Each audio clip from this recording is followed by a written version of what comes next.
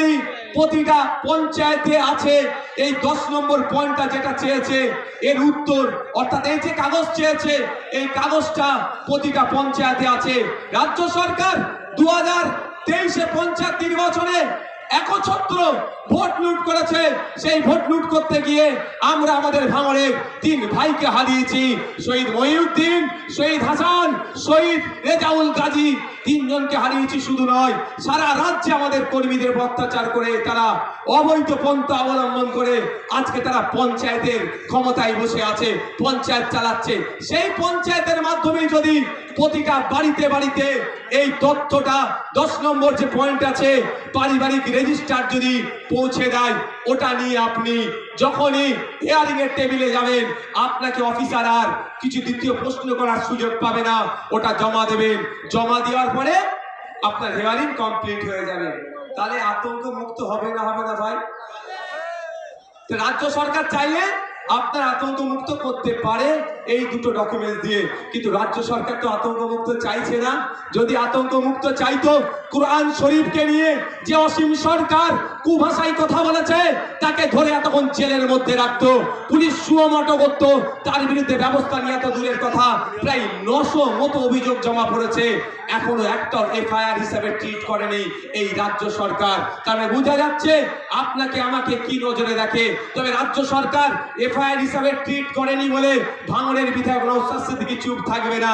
আমি কোর্টে যাচ্ছি 156 সাবক্লাস 3 দিয়ে আমি কোর্ট থেকে মামলা করছি অসীম সরকারের বিরুদ্ধে। কিন্তু প্রশ্নটা, আপনারা বাংলার মানুষ, সংখ্যাগরিষ্ঠ মানুষ ভোট দিয়ে সরকার তৈরি করলো, আবার সংখ্যাগরিষ্ঠ মানুষকে রাস্তায় নামতে হবে কেন আমার এসআইআর বাঁচানোর জন্য? তাহলে সরকারের কাজটা কি? আমি সরকার তৈরি করেছি, আমার বিপদে আপদে, আমার সুবিধা অসুবিধাতে আমার পাশে থাকবে, তার পরিবর্তে আমাকে আরো ঠেলে দিচ্ছে বিপদের দিকে। তাই আপনাদের বলবো, আসলেই কি তৃণমূল কংগ্রেস এসআইআর থেকে আপনাদের নিস্তার দেবে মনে হচ্ছে? ওয়াকাফ খেয়েছে জানেন তো নাকি? ওয়াকাফটা যেমন আমি আছি হবে না, আমি থাকতে হবে না, টুক করে রাত্রে কি বললো? ওয়াকাফ মেনে নিল, এটাও মিলিয়ে নেবে। এসআইআর উনি বেঁচে থাকতে হবেন না বলছেন, বলতে বলতে শেষ দিন আপনাকে ডুবিয়ে দিতে পারে। তাই বলছি আপনাদের, আপনার লড়াই আপনাকে লড়ে নিতে হবে, আমার লড়াই আমাদেরকে লড়ে নিতে হবে। তাই ওদের কথা, মমতা ব্যানার্জির কথাই ভরসা করে লাভ হবে না, আমাদেরকে আওয়াজ তুলতে হবে যে ইমিডিয়েট যে পঞ্চায়েতে পারিবারিক রেজিস্টার যে সার্টিফিকেট আছে সেইগুলো যাদের নামে হিয়ারিং এসছে, তার hearing already supreme court order দিয়েছে, যাদেরকে হিয়ারিং ইস্যু করা হচ্ছে তাদের লিস্ট কি করো, পাবলিশ করো। সেই লিস্ট দেখে পঞ্চায়েতেই পাবলিশ করার কথা বলা হয়েছে। প্রতিটা পঞ্চায়েতে সেই লিস্ট দেখে পাবলিশ করে আমাকে পাবলিশ যেটা হবে আমার বাড়িতে কাগজ পৌঁছে দেওয়া হোক। এই আওয়াজটা আমরা তুলবো তো নাকি গো? তুলতে হবে তো নাকি?